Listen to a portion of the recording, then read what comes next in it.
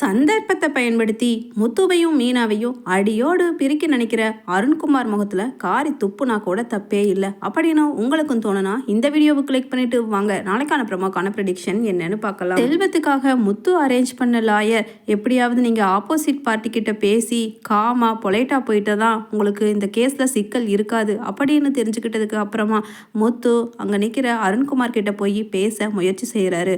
அதே சமயம் டிராஃபிக் ஒர்க்ல ரொம்ப பிஸியாக இருக்கிற அருண்குமார் ஃபோன் பேசிக்கிட்டே முத்துவை பார்த்துட்டு பார்க்காதவர் போல பக்கத்தில் நிற்கிற தன்னோட அசிஸ்டன்ட் கிட்ட கொடுங்க இங்கே அதை எடுத்துகிட்டு வாங்க அப்படின்னு சொல்லிட்டு ஒரு காதில் ஃபோனை வச்சுட்டு இன்னொரு பக்கமாக சைன் போட்டுக்கிட்டே இருக்காரு. அதே சமயம் அருண் நான் உங்ககிட்ட தான் பேச வந்திருக்கேன் அப்படின்னு சொல்லிட்டு சொல்கிறாரு. முத்துவுக்கு பக்கத்தில் நிற்கிற செல்வம் டேய் முத்து எனக்காக போயும் நீ இவன்கிட்டலாம் ஏண்டா வேண்டா திரும்பி போயிடலாம் வாடா எனக்கு என்ன தண்டனை கிடைக்குமோ கிடைக்கட்டும் கடவுளாக பார்த்து காப்பாற்றுனா காப்பாற்றட்டும் இல்லைனா என்ன பண்ணுறது என்னோட தலையெழுத்து என் குடும்பத்தோட தலையெழுத்துன்னு நான் பாட்டுக்கு ஜெயிலில் இருந்துக்கிறேன் எப்படியோ என் மனைவி இருக்கா என் குழந்தைய காப்பாற்றட்டும் அப்படின்னு சொல்லிட்டு அழுகிறாரு. உடனே முத்துவோ டேய் செல்வா நான் என்ன சொல்லி கூட்டிகிட்டு வந்தேன் அவன் என்ன சொன்னாலும் பொறுத்துக்கணும் அவன் என்ன அவமானப்படுத்தினாலும் தாங்கிக்கணும்னு சொல்லி தானே கூட்டிகிட்டு வந்திருக்கேன் இப்போ என்னடா அவன் நான் கூப்பிட்டு காது கேட்காத மாதிரி திரும்பி கண்டுக்காமல் நிற்கிறான் இதெல்லாம் ஒரு அவமானமா விடுடா செல்வா பார்த்துக்கலாம் அப்படின்னு அருண் உங்ககிட்ட தான் பேச வந்திருக்கோம் ரெண்டு பேரும் அப்படின்னு சொல்ல யாருக்கிட்ட யாருடா வந்து பேசுறது உன்கிட்ட பேசுறதுக்கு எனக்கு கொஞ்சம் கூட விருப்பமே இல்லை அப்படின்னு அருண்குமாரும் கண்டுக்காம சைன் போட்டுக்கிட்டே இருக்காரு. உடனே ப்ளீஸ் அருண் நான் உன்கிட்ட பேசணும்னு சொல்கிற நீ ஒரு கொஞ்ச நேரம் எனக்கு டைம் கொடுத்தீங்கன்னா போதும் அப்படின்னு சொல்லிட்டு முத்துவும் சொல்கிறாரு. உடனே அருண்குமார் சொல்லு என்ன பேசணும் சொல்லு எனக்கு ஒர்க் நிறையா இருக்குது அப்படின்னு சொல்லிட்டு பில்டப் விட உடனே முத்துவும் செல்வம் அதான் உங்கள் அம்மாவை இடித்த கேஸ் சம்மந்தமாக தான் பேச வந்திருக்கோம் அப்படின்னு முத்துவும் எவ்வளவு தான் அருண்குமார் மேலே கோபம் அதுக்கப்புறம் அவனோட ஹேபிட் பிடிக்காமல் இருந்தாலும் தாழ்ந்து பேசுகிறாரு தன்னோட ஃப்ரெண்டு செல்வத்துக்காக.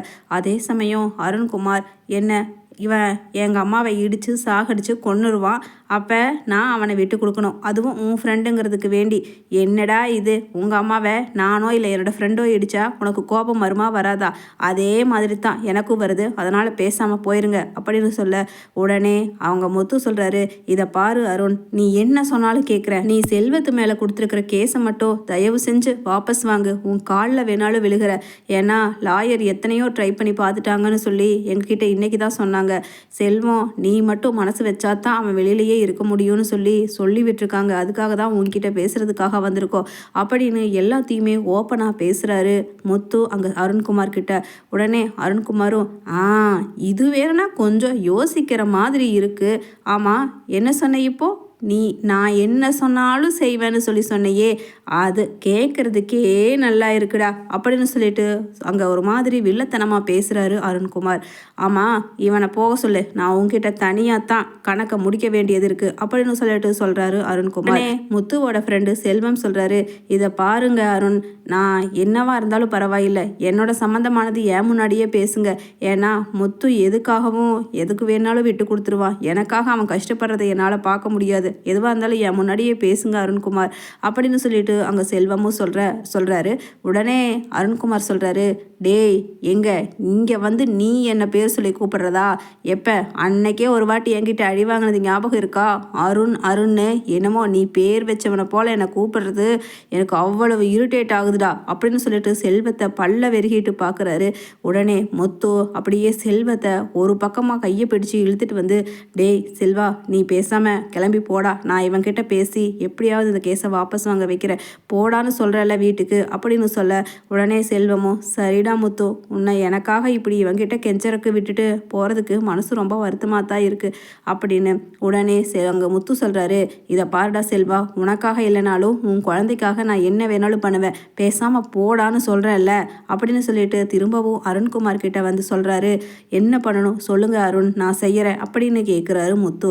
உடனே அப்போ நிறையெல்லாம் நீ எனக்கு ஒன்றும் பண்ண வேண்டாம் ஒன்று பண்ணு நீ பேசாமல் மீனாவை டிவோர்ஸ் பண்ணிடு அதுதான் எனக்கு வேணும் அப்படின்னு சொல்லிட்டு சொல்கிறாரு பலமாக சிரிச்சுக்கிட்டு. அருண்குமார் முத்து இந்த மாதிரி ஒரு கண்டிஷன் அருண் வாயில இருந்து வரும் அப்படின்னு கொஞ்சம் கூட எதிர்பார்க்காம வந்து அப்படியே ஸ்டன் ஆகி நிற்கிறாரு.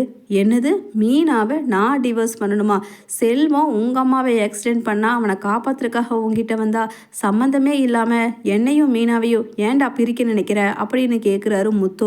உடனே சட்டையை எட்டி பிடிச்சு அதே சமயம் அருண்குமார் சொல்கிறாரு, டேய் என்னோட கண்டிஷனை சொல்லிட்டேன், இதுக்கு மேலே நீ கிராஸ் கொஸ்டின் கேட்டு அதுக்கப்புறம் அது இதுன்னெல்லாம் உன்கிட்ட நான் பதில் சொல்கிறதுக்கு விரும்பலை. நான் சிம்பிளாக ஒரே வார்த்தையில் சொல்லிட்டேன், நீ உன் பொண்டாட்டியை டிவோர்ஸ் பண்ணினா தான்டா என்னோட சீதாவுக்கும் அவங்க அம்மா தம்பி எல்லாருக்குமே உன் மேலே இருக்கிற மரியாதை சுத்தமாக போகும்.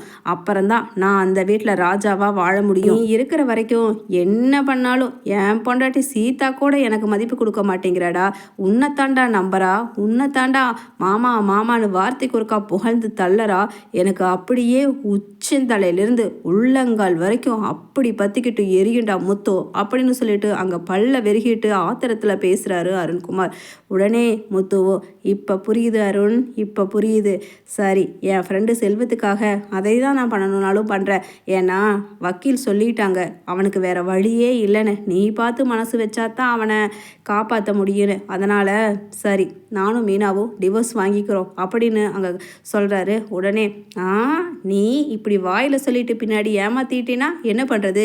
இப்போவே நான் ஒரு லாயர்கிட்ட கூட்டிகிட்டு போகிறேன், உன் பொண்டாட்டிக்கு டிவோர்ஸ் நோட்டீஸ் அனுப்பு, நீ வீட்டை விட்டு அவளை என்ன காரணத்தை சொல்லி துரத்துவியோ துரத்தி விடு, அப்போ தாண்டா எனக்கு நிம்மதியாக இருக்கும் அப்படின்னு அருண்குமாரும் சொல்ல, உடனே முத்து, இதை பாரு, சொல்கிறது ஒன்று செய்யறது ஒன்று, அடுத்தவங்களை ஏமாத்துறது ஒன்று எனக்கு சுத்தமாக வராது. அதனால் நான் சொன்னது தான், மீனாவை நான் விவாகரத்து பண்ணிடுறேன், ஆனால் செல்வத்தை மட்டும் அவன் குடும்பத்துக்காக நினச்சி பார்த்து தயவு செஞ்சு அந்த கேஸை மட்டும் வாபஸ் வாங்கிடு, நான் வரட்டா அப்படின்னு சொல்லிட்டு அங்கேருந்து கிளம்பி போயிடுறாரு முத்து. போக போக காரில் அப்படியே கண்ணீர் விட்டு அழுகிறாரு.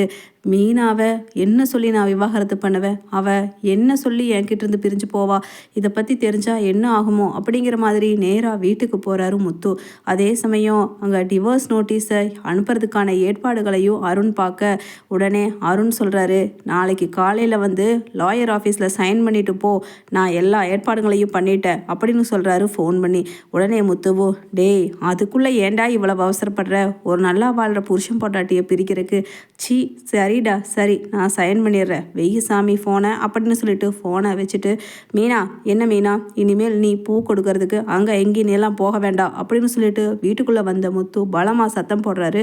உடனே மீனாவும், என்னங்க ஏன் ஆச்சுங்க, ஏன் இப்படி சத்தம் போடுறீங்க அப்படின்னு கேட்க, உடனே முத்து சொல்கிறாரு, அதெல்லாம் உன்கிட்ட சொல்ல முடியாது, உன் மேலே எனக்கு நம்பிக்கை இல்லை, அதனால் நீ பூ கொடுக்கறதுக்கெல்லாம் போக வேண்டாம் அப்படின்னு சொல்ல, உடனே அண்ணாமலையும், என்னடா முத்து இப்படி ஒரு இந்த மாதிரி ஒரு வார்த்தையை உன் வாயிலிருந்து நான் எதிர்பார்க்கவே இல்லை, யாரு மேலே யார் நம்பிக்கை இல்லைன்னு சொல்கிறது அப்படின்னு சொல்ல, உடனே விஜயா சொல்கிறாங்க, பின்ன நினச்ச நேரத்துக்கு நினச்ச இடத்துக்கு வண்டி எடுத்துகிட்டு டெலிவரி கொடுக்க போகிறேன்னு சொன்னால் கடைசியில் இந்த மாதிரி தான் வந்து முடியும்னு எனக்கு தெரியும், என்னமோ இவங்க 2 பேர் தான் நம்ம குடும்பத்திலேயே உருப்படியாக இருக்காங்க அப்படின்னு நினச்சேன், கடைசியில் அதுக்கும் வந்துச்சா வம்பு அப்படின்னு சொல்லிட்டு ஒய்யாரமாக உட்காந்து விஜயாவும் பேச, உடனே முத்து சொல்கிறாரு, மீனா நீ போகக்கூடாதுன்னா போகக்கூடாது தான் அப்படின்னு. உடனே மீனா சொல்கிறாங்க, இல்லைங்க நான் போவேன்னு.